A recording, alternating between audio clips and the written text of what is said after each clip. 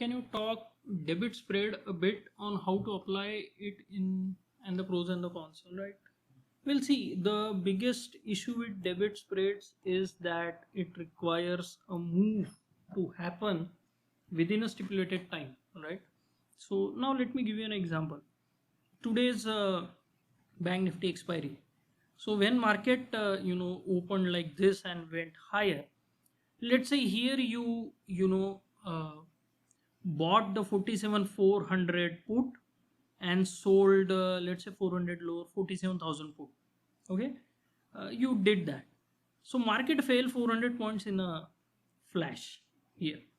Okay, within a few hours, half an hour, that would give you instant profits, huge profits. If you had made it 800 points, it still would have given you profit. We did not know it was going to do that, but yeah, finally, like, we have now taken out the C period low. This is bearish. Okay, this is bearish and market is falling. So if you know that market is going to fall sharply within a certain period of time, then you can go with the debit spreads. What do? You simply, if you want to trade from the long side, what you will do is you will buy a call and you will sell a higher call. All right, so why it is called a debit spread? Because let's say you buy a say 48,600 call and it is costing you 100, and you sell 49,000 call, that will probably cost you 50. So you will get 50 rupees and you will have to pay 100. So net you will have to pay 50. So 50 rupees go out of your account into the broker's account. That is why it is called as a debit spread. So if the market is going to move sharply, dynamically, then this strategy works.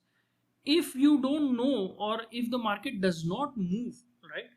Let's say, for example, on this day it closed near the highs and you expected, say, another 200, 300, 400 points move up, and it does not happen. On this day you will lose quickly on your debit spread, because the time value will kill your trade, right? So that is the issue. Debit spread is kind of a race against time. Credit spread is where you have to, the time is your friend.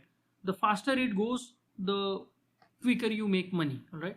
But in debit spread, the faster time moves, the higher the chances that you will probably not make any money at all. So that is the difference between debit spread and credit spread. Where should you apply? Usually what I like to suggest is, let's say this is a range and market goes to one end and it is absorbing supply. In this case, this is a good place to establish a debit spread. In this case, bullish debit spread. Let's say market comes lower and it starts absorbing demand, then there is a breakdown likely. You can establish a bearish debit spread. All right, so this is how you do it, but not the most favorite strategy of mine, debit spread, because that is the issue. The time issue is there.